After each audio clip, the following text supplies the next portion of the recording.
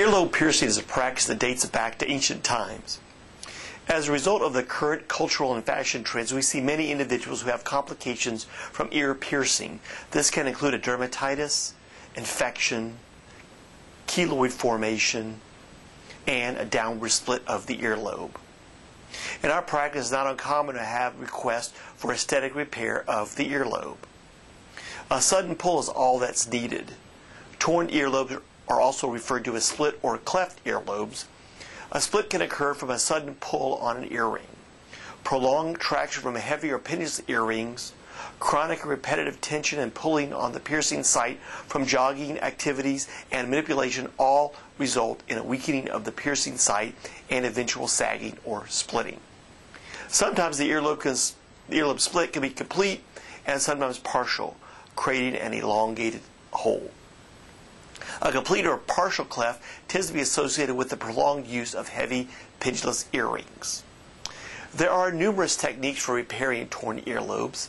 These must be individualized in order to achieve the best and longest lasting result. These repair methods range from simple excision with primary closure to the elaborate incorporation of a Z-plasty design or notch and groove pattern at the lower border.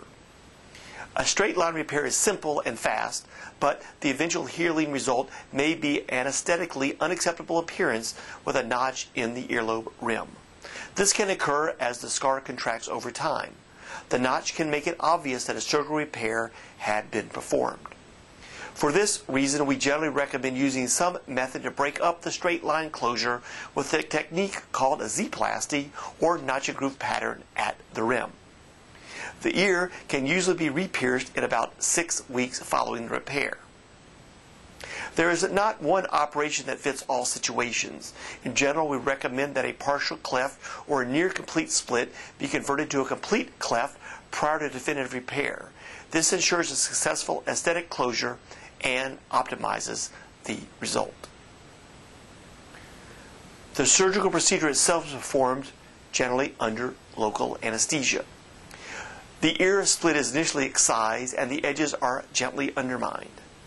Next, either an inferior Z-plasty or notch and groove pattern is done. The area is usually dressed with an antibiotic ointment. The sutures can usually be removed in 6 to 7 days following the surgery. Pain after the procedure is minimal. Simple care is all that is needed with gentle washing of the area after 24 hours.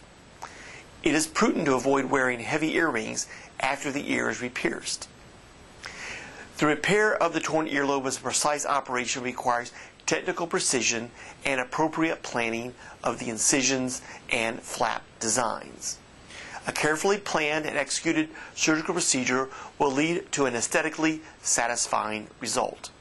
It's important to resist wearing anything but light earrings immediately after the piercing to give the area a chance to heal so that the repair will be successful. If you have any further questions about earlobe repair, let us know.